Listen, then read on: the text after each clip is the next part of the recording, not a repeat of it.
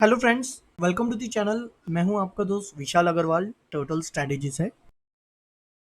दोस्तों, आज का जो हम प्रिडिक्शन करने वाले हैं वो है निफ्टी के ऊपर। कल एक्सपायरी है, तो एक लुक ओवर कर लेंगे कि इसमें क्या एक्सपेक्टेड है, किस तरह से। दोस्तों, लास्ट टाइम मैंने एक निफ्टी का एक वीडियो बनाया था जिसमें प्रिडिक्ट किया था कि अगर मान के चलो मार्केट फॉल होता है बेस्ड अपॉन फिबोनाची बेस पे, तो कितना एक्सपेक्टेड फॉल हो सकता है, कितना नहीं हो सकता है। दोस्तों, अगर आप लोगों ने नहीं देखा है तो एक बार आप सर्च कर सकते हो, तो आपको इजीली पता चल जाएगा। दूसरी चीज़, अभी हम वीकली टाइम फ्रेम में अगर हम जिस हिसाब से फोकस कर रहे हैं, मैंने एक ये प्रिडिक्ट किया था वही टाइम पे कि ये मेरे हिसाब से रेंज बाउंड जाना चाहिए, जो अभी परफेक्टली रेंज बाउंड के रेंज के अंदर ही है। ठीक है, तो मैं पहले आपको लोअर टाइम फ्रेम में लेके चलूंगा कि किस हिसाब से है। अगर हम जो वीकली टाइम फ्रेम देखते हैं तो फिलहाल अभी भी एक काफी रेंज बाउंड के अंदर है। सॉरी, ये डे टाइम फ्रेम है, तो डे टाइम फ्रेम के अंदर काफी रेंज बाउंड है, जिसके अंदर एक अच्छी मोमेंटम आना बाकी है। लेकिन अनलेस एंड अनटिल कल एक्सपायरी के दिन है तो देखते हैं। तो दोस्तों, पहले तो मैं लोअर टाइम फ्रेम में जाता हूँ 1 आवर के हिसाब से। दोस्तों, अगर मैं 1 आवर के हिसाब से जाता हूँ तो देखिए, जो पिछला हिस्ट्री के हिसाब से है, तो देखिए यहाँ पे काफी एक हर्डल्स थे।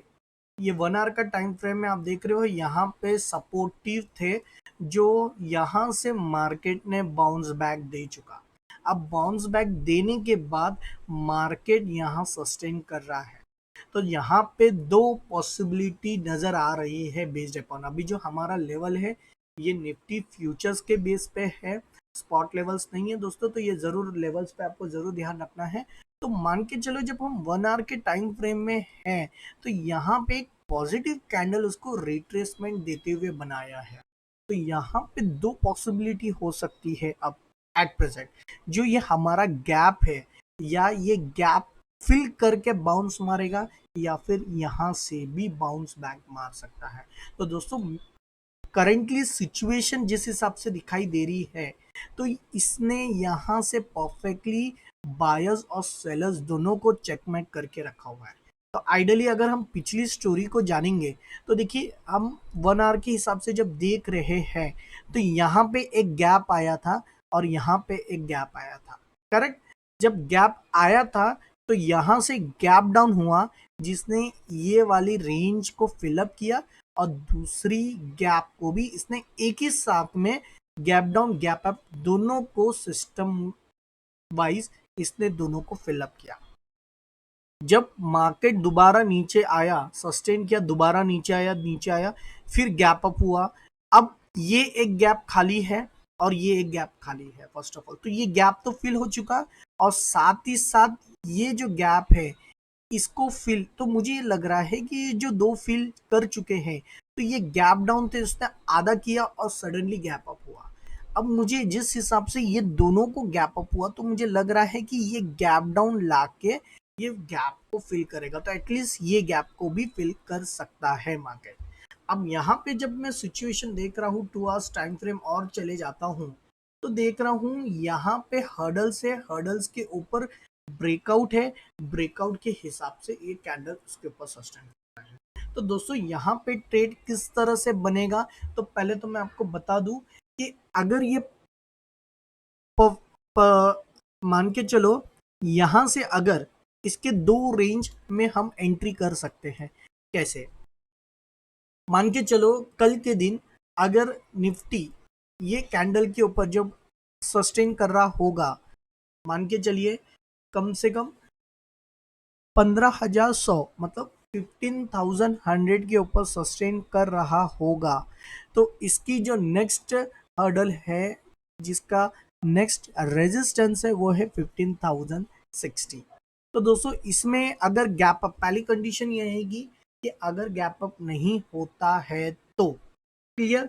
अगर गैप अप नहीं होता है तो पॉसिबिलिटी रेंज बन सकती है कि जैसे इसके ऊपर सस्टेन होता है, तो इसका पहला जो रेजिस्टेंस है वो है 160। जैसे ही ये 160 175 के रेंज के ऊपर सस्टेन करना शुरू करेगा, तो इसमें एक अच्छी तेजी नजर आने को उम्मीद है। तो ये कहां तक नजर आएगी, तो हम वो टाइम पे फिबोनाची का हेल्प ले लेंगे। तो कैसे हेल्प ले लेंगे? हम इसका हाई और लो को मार्क डाउन कर लेंगे। क्लियर। हाई और लो को मार्क डाउन करने के बाद इसकी पहला टारगेट आ रहा है 15,200 246, then 15,323 and then 50,400 and so. लेकिन ये इंट्राडे के हिसाब से इतना बड़ा टारगेट आ जाता है, लेकिन जो हमारा रेंज है ये पर्सपेक्टिव रेंज के हिसाब से बन सकता है। अब मान के चलो अगर ये नीचे गिर गया, अभी जैसे देखेंगे फिबोनाची के हिसाब से कैंडल ने ये क्लोज दे चुका है, तो इसका नेक्स्ट रिट्रेसमेंट देखेंगे तो पॉसिबली रेंज है जो इसको सस्टेन करेगा। तो देखिए यहाँ पे हर्डल्स है जो गैप फिल होगा, तो एक तय ये भी हमें नजर आ रहा है कि यहाँ से गैप फिल है। तो आपका एक नया ट्रेड सेटअप कैसे रहेगा, मान के चलो अगर कल गैप अप या डाउन नहीं होता है और 15,029 के नीचे सस्टेन करता है, तो डेफिनेटली वहां से आप या फिर पी को बाय कर लोगे या फिर सी को शॉर्ट कर लोगे। तो दोस्तों आपको पता है एक्सपायरी पीरियड है, तो काफी डेल्टा तेजी से सॉरी थीटा डीके होगा, तो वो एक प्लस पॉइंट आप देख सकते हो कि मार्केट रेंज के हिसाब से जो भी है at the money in the money के हिसाब से आप वो साइमल्टेनियसली पे ट्रेड ले सकते हो। तो दोस्तों ट्रेड लेने से पहले अपनी जरूर एक सेल्फ स्टडी ले लीजिएगा, ये प्योरली एजुकेशन पर्पस है, तो जरूर इसमें एक चीज अपने हिसाब से स्टडी कीजिएगा। तो एक सिंपल टास्क है कि मान के चलो अगर ये कल यहाँ से नीचे गिरता है, तो इसका जो नेक्स्ट टारगेट डेफिनेटली हमें जो नजर आ रहा है वो है गैप फिल के साथ, और हमारा फिबोनाची रिट्रेसमेंट भी होता है 14,959 के साथ। ठीक है, तो यहाँ पे आपको इजीली करीबन करीबन 100 पॉइंट का जो है, सॉरी 60-70 पॉइंट्स नीचे का और 60-70-80 पॉइंट्स जो है ऊपर का हमें एक रेंज नजर आ रहा है। अगर जैसे ही इसके ऊपर सस्टेन करना शुरू करेगा तो डेफिनेटली हमें अच्छा रेंज मिलेगा। करेक्ट। अब ये तो हुई अगर गैप डाउन नहीं हुआ। अब मुझे ऐसा लग रहा है कि शायद ये कल के दिन गैप डाउन दे दे, गैप फिल कर दे। अगर ये गैप फिल करता है, मान के चलो ये अगर गैप फिल करता है, तो थोड़ा वेट कीजिए, थोड़ा मार्केट को वहां से सस्टेन होने के लिए। क्लियर, आप वहां से सस्टेन कीजिए और आप इसको यहां पे थोड़ा टाइम वेट करके फिर आप दोबारा एंट्री ले सकते हो सीई के लिए। तो हमारा जो गैप है वो भी फिल हो जाता है। अब यहाँ पे जो रेंज पे जिस हिसाब से सस्टेन होगा तभी हम अपॉर्चुनिटी देखेंगे। क्लियर, ये एक हो गया। अब हम और लोअर टाइम फ्रेम में आके देखते हैं। मान के चलिए मैं 30 मिनट्स पे देख रहा हूँ, तो 30 मिनट्स में मैंने आपको जिस हिसाब से बताया है कि 30 मिनट्स के हिसाब से अगर हम देखेंगे, या पैटर्न तो कोई बना नहीं है इसके अंदर। अगर इसके नीचे सेम स्ट्रक्चर जो 1 आवर में देखा था वही स्ट्रक्चर नजर आ रहा है कि अगर 15,035 के नीचे अगर कैंडल सस्टेन करता है, तो आप वहां से पीई बाय कर सकते हो या फिर सीई को शॉर्ट कर सकते हो, जो आपको इजीली एक अच्छा प्रॉफिट मिल सकता है।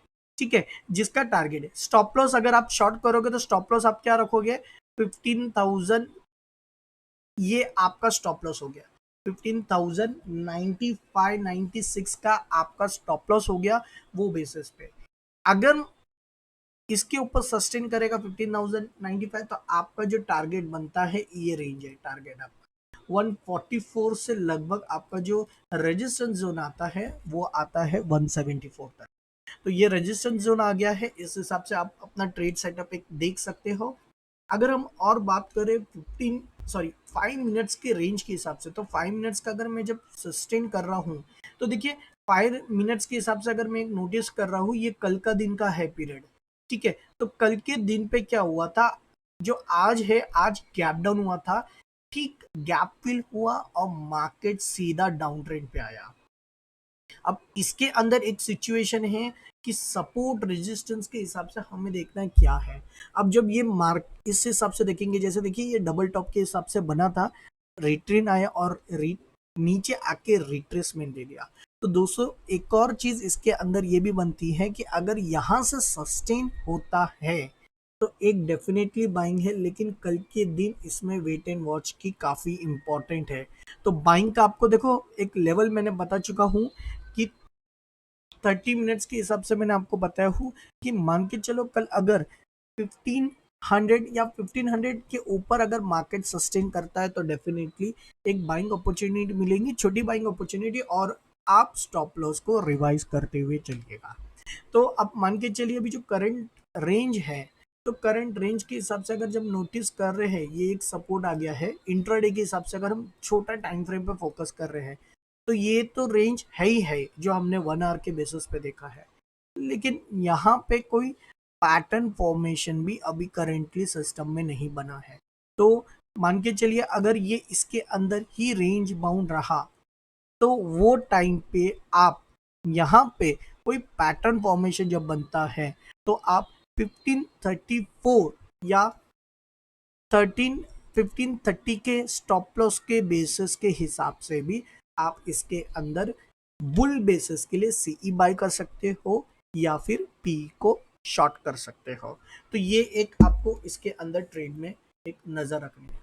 अब मैं जब देख रहा हूं इसके अंदर फिलहाल करेंटली यही 2 पॉइंट सस्टेनेबल पे है, तो हो सकता है कल के दिन मार्केट इसी के अंदर अगर नहीं होता है तो रेंज होके अगर ब्रेकआउट देता है तो डेफिनेटली यहाँ से हमारी बाइंग आएगी, स्टॉप लॉस हमारा यहाँ होगा और तब टारगेट टेंटेटिव हमारा ये हम प्रिडिक्ट कर सकते हैं।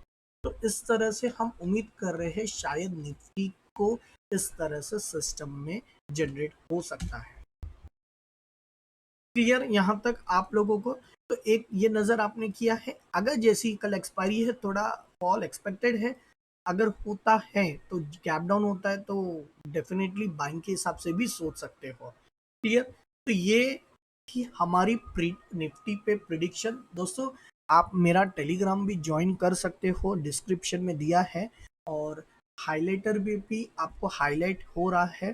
तो दोस्तों अगर आई होप अगर आपको मेरा वीडियो प्रिडिक्शन पसंद आया है तो लाइक कीजिए, सब्सक्राइब कीजिए, दोस्तों के साथ ज़रूर शेयर कीजिए। Thank you, best of luck for happy trading.